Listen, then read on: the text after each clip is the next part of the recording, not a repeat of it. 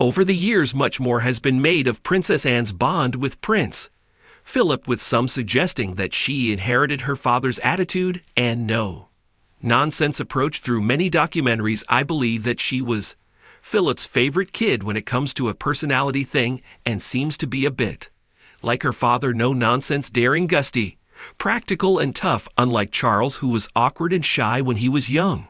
You know, it's funny how life can change you so much over the years. People thought Prince Philip and Queen Elizabeth had the perfect life together, always showing a united front, but in the years later, Philip actually chose to live separately from the Queen. Now their children, King Charles, Prince Andrew, Princess Anne, and Prince Edward, are finally sharing what really went down with the surprising choice that made her father decide to distance himself from the mother during those twilight years.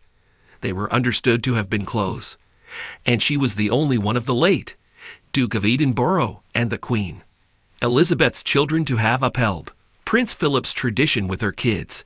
After not being able to do it for herself, it's been 3 years since the royal family bid their final goodbye to Prince Philip. The Duke of Edinburgh was interred at the St. George Chapel in Windsor Castle on the 17th of April 2021, following his passing on the 9th of April at the age of 99 due to the coronavirus pandemic and ensuing restrictions. Only 30 family members could be present for the service, including the Queen, their 4 children, 8 grandchildren, all while adhering to social distancing measures. This meant that the Queen had to endure the service seated alone, a poignant image that resonates across the globe, drawing an outpouring of sympathy for the monarch, who remained composed in her profound loss. Princess Anne later reflected on the somber occasion in a candid interview. She confessed, "In some ways, I'm glad we didn't see that moment, and when you see the photograph, it's much worse somehow. And you saw more of that than we did."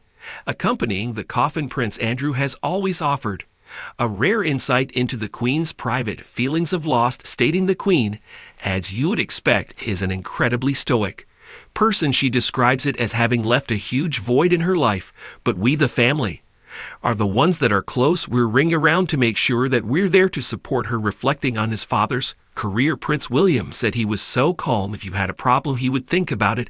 He was always somebody you can go to, and he would always listen. So it's a great loss. Acknowledging the nation's grief, he remarked, "We lost almost the grandfather of the nation.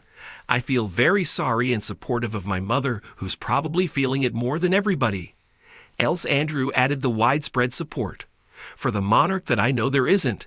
A huge amount of support, not just for her, but for everybody as we go through this enormous change." In a heartfelt tribute, the then Prince Charles conveyed his deep sense of loss, saying, "As you can imagine, my family and I miss my father enormously." And acknowledging the public's sharing mourning, he added, "He was much loved and appreciated figure, and apart from anything else, I can imagine he would be so deeply touched by the number of people here and everywhere around the world in the Commonwealth who also, I think, share our loss and sorrow." Speaking about the public image, the Earl of Wessex said that his father was often unfairly depicted by the media and praised his wonderful sense of humor.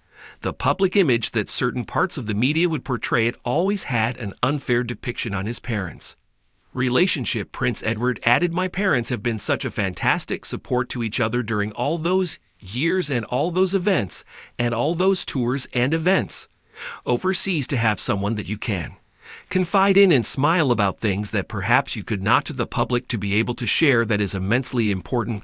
The royal said that despite his father being Britain's longest serving consort, he will remember him as a father and a husband first and foremost.